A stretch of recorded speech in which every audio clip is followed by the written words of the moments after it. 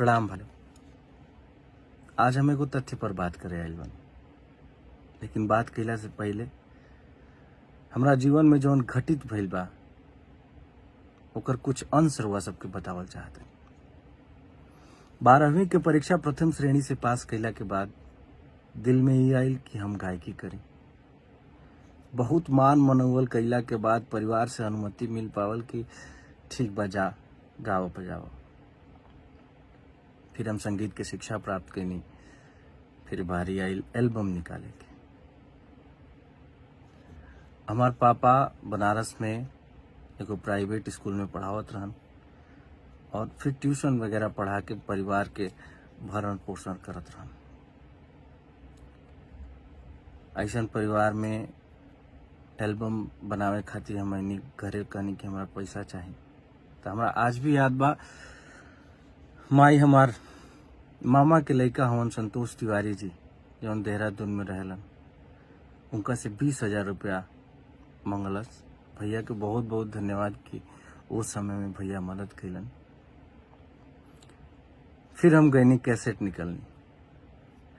अब 20,000 में पूरा 8 गाना के होती घरी कैसेट आवत रहे, तो पूरा ऑडियो वीडियो तो बनी ना 20,000 में। तो होती घरी हमार साथ और मार्गदर्शन कैलन बड़ भाई सुधीर यादव संगम जी, जौन गाजीपुर के रहे वाला हवन। हमनी के 4-4 गाना के कैसेट निकलनी जा। कैसेट के नाम रहे माई आके रक्षा करी। अब कैसेट तो बन गई। अब मास्टर बा हमनी के हाथ में, मगर उती घड़ी कंपनी से और सब कैसेट मंगावे खातिर 35,000 रुपया लागे कैसेट बनवावे खातिर। तो वो पैसा हमनी फिर रहबे न कैल रहे। फिर हमनी घरे पैसा मांगे खातिर, तो हमरा याद बा भैया, माई हमार जौन घर के खर्चा बर्चा चलावे खातिर पैसा रहे, वो पैसा हमरा के निकाल के देहलस। फिर हम गईनी। अब 35,000 तो रहे ना, हमने फिर बनारसी में लोकले से एगो प्रदीप जी हवन, उनका से कैसेट बनवनी जा। भगवान जाने ओकरा बाद माई हमार घर के खर्चा वर्चा कैसे चलैले हुई।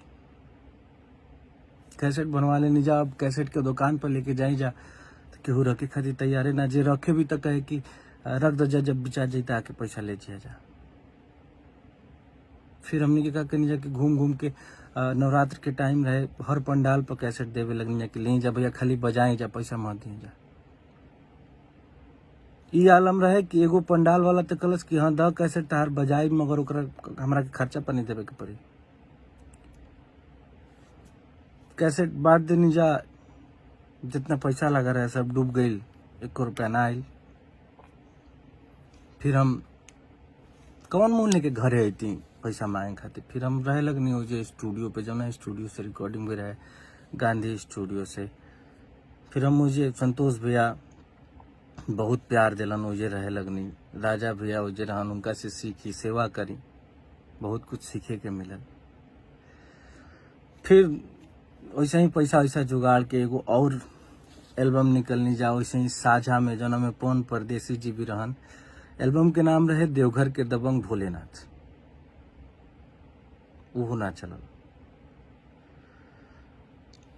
हताश हो गए नी हम, समझ में ना आवत रहे का करी। फिर एक बार हिम्मत जुटा के घरे आईनी, कहनी कि एगो लोकगीत निकाले के बाद कैसे हूँ पैसा के जुगाड़ हो जाता।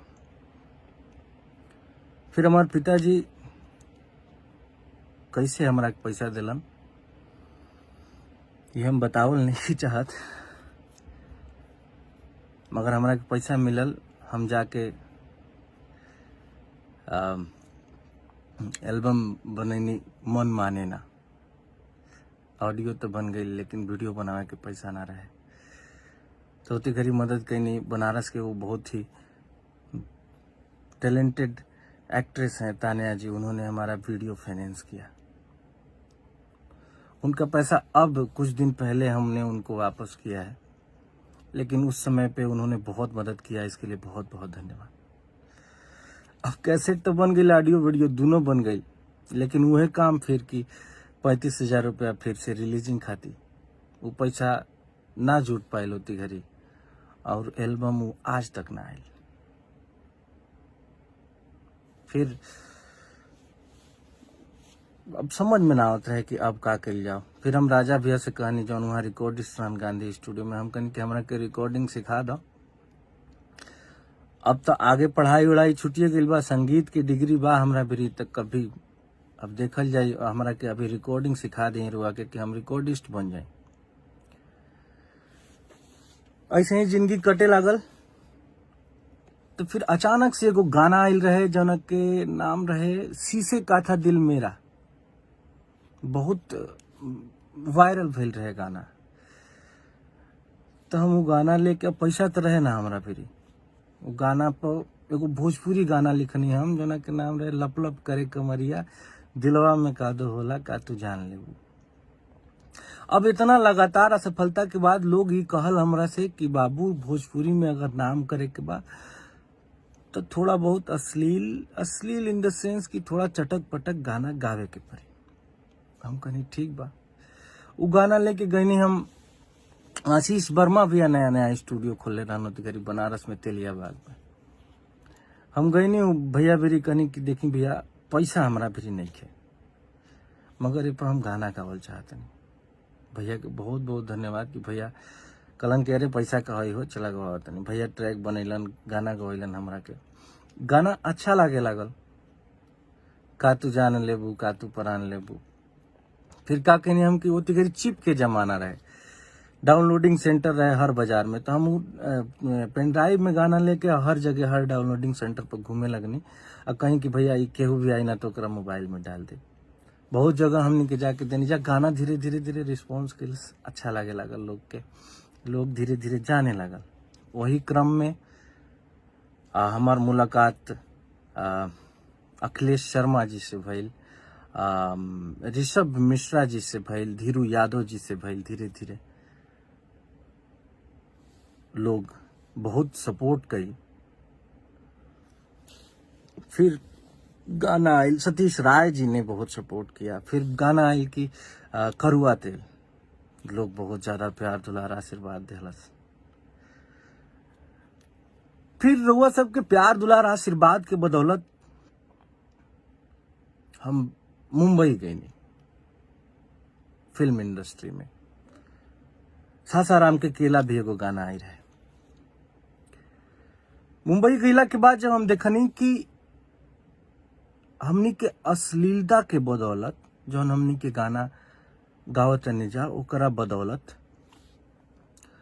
भोजपुरी के बहुत शर्मिंदगी के सामना करे के पड़ता। हमनी के खुद के बाहर के इंडस्ट्री में, जैसे मुंबई गईला के बाद भोजपुरी नाम सुनते तो किसी तरह से नाक सिकोड़ लसन, भोजपुरी में काम करते हैं। तब हमरा समझ में आई कि जब हमार भगवान स्वरूपी जनता हमके इतना प्यार दुलार आशीर्वाद दे के एजा मुंबई तक भेजले बा, तो हमार दायित्व बनता कि एकरा के सुधार के दिशा में कुछ कार्य कल जाओ।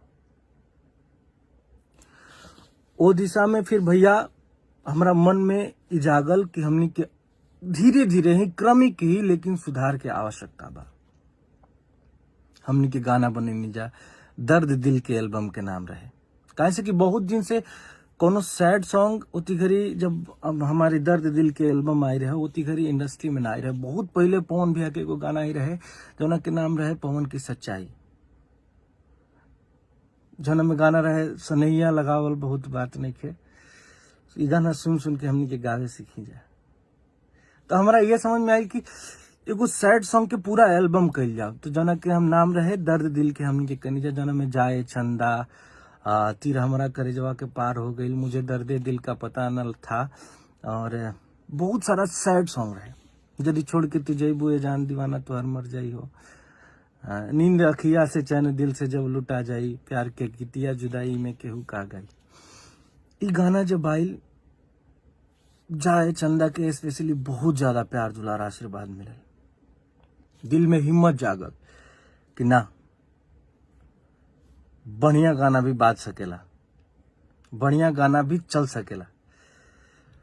वही क्रम में गोरी तोर चुनरी, अभी मुंह मारो कमैला के वही प्रयास में कहे से कि हम फिर एगो दिमाग में अपना बैठा लेनी कि अच्छा गाना भी देना है और पब्लिक को एंटरटेनिंग गाना भी देना है, जिससे कोई वही सैड सॉन्ग और लव सॉन्ग सुनते सुनते कोई बोर ना हो। तो इसलिए थोड़ा बहुत चटक मटक भी गाना देना है। तो उसी मतलब हमारे दिमाग में बन गया कि सुधार की स्थिति में, सुधार के रास्ते पे हम लोगों को चलना है, खास करके हमको, क्योंकि मैं अपनी जिम्मेदारी ले सकता हूं। उसी क्रम में गाना मुँह मारो कमैला के अभी एक पूर्वी बयरिया हमारा गाना आया था, मजा मिली नहीं ऐसी न कुलरिया में जौन रानी जौन मजा पूर्वी बयरिया में। भैया लगातार म्यूजिक, यूट्यूब के म्यूजिक सेक्शन में लगातार वो गाना 27 दिन तक ट्रेंड किया। ये प्रमाण है इस बात का कि धीरे धीरे ही सही हम लोग अपने प्रयास में सफल हो रहे हैं। मानसिकता, एक समय पे जब मैं असफल हो रहा था तो मेरे दिमाग में आया कि जब तक मैं अश्लील नहीं गाऊंगा तब तक मेरा कुछ नहीं हो सकता है, मैं नाम नहीं कर पाऊंगा। मैं ये चाहता हूं कि हमारी आने वाली जो पीढ़ियां हैं उनमें ये मानसिकता ना जाए, उनमें ये मानसिकता जाए कि अच्छे गाने गा के वो नाम कमा सकते हैं भोजपुरी इंडस्ट्री में। इसी प्रयास में मैं हूं, आज भी इसी प्रयास में हूं कि अच्छे गानों का बोलबाला हो भोजपुरी इंडस्ट्री में। और हम धीरे धीरे सफल हो रहे हैं हम लोग, और इसके लिए संगठित रूप से प्रयास करना पड़ेगा हम लोगों को, एकजुट होकर प्रयास करना पड़ेगा। आज के डेट में अश्लीलता के खिलाफ बहुत सारा मुहिम मैं देख रहा हूं।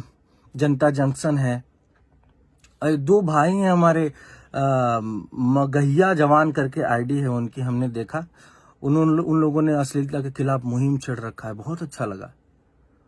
उन भाइयों ने हमारे ऊपर भी वीडियो बनाए हैं, हमारे पुराने गानों को लेके हमें कुछ अपशब्द भी कहे हैं, लेकिन हमें बुरा नहीं लगा, क्योंकि अगर अच्छाई का श्रेय हम लेते हैं तो बुराई की भी जिम्मेदारी हमें लेनी ही पड़ेगी। लेकिन उन भाइयों से ना इतनी सी थोड़ा दुख लग गया कि वो हमारे पुराने गानों को उठा के हमें अपशब्द तो कह दिए, लेकिन फिर उसके बाद हमारा लक्ष्य नहीं देखे, किस सोच को लेके हम आगे बढ़ रहे हैं, इस बात को वो समझ नहीं पाए। शायद उनकी इतनी समझ नहीं है। फिर भी मैं अपने भाइयों से, और जो भी अश्लीलता के खिलाफ एक मुहिम छेड़े हुए हैं, उन सभी भाइयों से मैं हाथ जोड़ के एक निवेदन करना चाहूंगा कि अगर आप भोजपुरी के अश्लील गानों के ऊपर वीडियो बनाते हैं, उसके खिलाफ बोलते हैं, तो भोजपुरी में जो अच्छे गाने आते हैं उन्हें भी प्रमोट करिए। क्योंकि आप जो वीडियो बनाते हैं भोजपुरी इंडस्ट्री के बाहर के भी लोग देखते हैं। तो अगर आप सिर्फ और सिर्फ अश्लील गानों का ही वीडियो बनाते रहेंगे तो लोग, बाहर वाले लोग क्या सोचेंगे कि भोजपुरी में सिर्फ और सिर्फ अश्लीलता ही है। तो इसलिए आप लोग से कह रहे हैं कि आप अच्छे गानों का भी वीडियो बनाइए, ताकि लोगों को पता चले कि भोजपुरी में अच्छे गाने भी आते हैं। 2 शब्द मुँह मारो कमैला के लिए भी बोलिए, 2 शब्द पूर्वी बयरिया के लिए भी बोलिए। इतना ही रिक्वेस्ट है। बाकी आप लोग बहुत अच्छा कर रहे हैं, और हमारी जनता महान है, हमें जो प्यार देते हैं वो महान है, जिनके प्यार दुलार आशीर्वाद के बदौलत आज हम लोग जो भी हैं सो हैं। ये बदलाव की बयार है, ये बदलाव का समय है। एकजुट के हम लोगों को काम करना पड़ेगा, एकजुट होकर। और आप लोग को मैं बता दूं कि भोजपुरी इंडस्ट्री से बड़ा कोई इंडस्ट्री नहीं है। नियर अबाउट 38 to 40 करोड़ हम लोगों का पॉपुलेशन है। हम लोग अगर चाह जाएं तो हम लोगों की इंडस्ट्री, हम लोग इसलिए थोड़ी हमारी इंडस्ट्री पीछे है क्योंकि कुछ लोग जो उत्तर प्रदेश और बिहार और झारखंड में रहते हैं, वही लोग उनसे पूछेंगे तो बोलेंगे कि मैं भोजपुरी नहीं सुनता हूं। इसमें दोष हम लोगों का भी है। लेकिन दोष किसका दिया जाए? मैं अपने जो लोकतंत्र का चौथा स्तंभ होता है मीडिया को, मैं और जो भी भाई ऐसे वीडियो बना रहे हैं उन लोगों से ये रिक्वेस्ट करना चाहूंगा कि जो अच्छे गाने आ रहे हैं उनको सभी लोगों तक पहुंचाएं, ताकि लोगों को पता चले कि भोजपुरी में अच्छे गाने भी आ रहे हैं। हमारे लोग जिस दिन सारे लोग भोजपुरी से जुड़ गए, भोजपुरी से बड़ी इंडस्ट्री किसी के पास नहीं होगी। जितने भी रीजनल लैंग्वेजेस हैं अपने इंडिया में, सबसे ज्यादा पॉपुलेशन हम लोगों की है। बहुत अच्छा लग रहा है ये बदलाव की बयार देख के, लेकिन आप लोग से यही रिक्वेस्ट है, अच्छे काम की तारीफ भी करें आप लोग, प्लीज। प्रणाम।